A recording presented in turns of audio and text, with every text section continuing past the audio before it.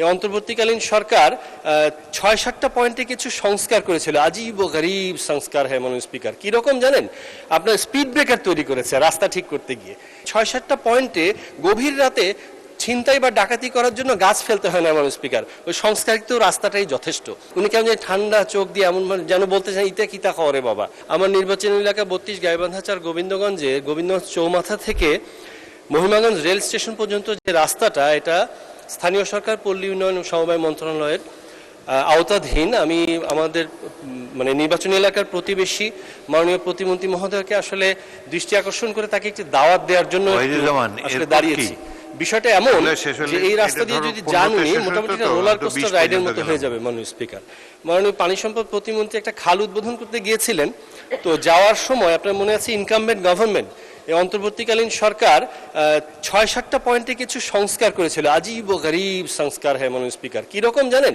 আপনার speed breaker তৈরি করেছে রাস্তা ঠিক করতে গিয়ে।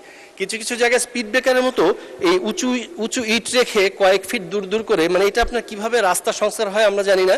তো ঘটনাটা হয়েছে কি, মাননীয় পানি সম্পদ প্রতিমন্ত্রী যাবেন জন্য দুই পাশে কিছু মাটি ফেলে অ্যাপ্রোচ করা হয়েছিল।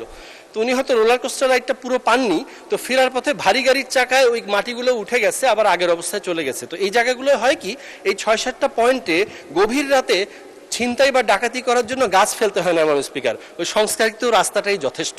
আপনাকে অবশ্যই ওখানে গাড়িটা একটু স্লো করতেই হবে। তো যাই হোক মাননীয় স্পিকার, আমি আপনার মাধ্যমে মাননীয় স্থানীয় সরকার প্রতিমন্ত্রী এবং মন্ত্রী মহোদয়কে বলবো যে এই মহিমাগঞ্জ পর্যন্ত স্টেশন পর্যন্ত গোবিন্দগঞ্জ চৌমাথা থেকে এই রাস্তাটা পুরোপুরি সংস্কার করা অতি দ্রুত জরুরি।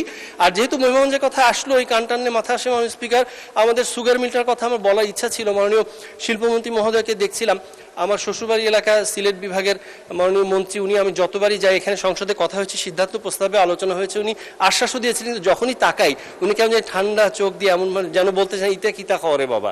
বুঝি না উনি ইনশাল্লাহ কবে করবেন আমরা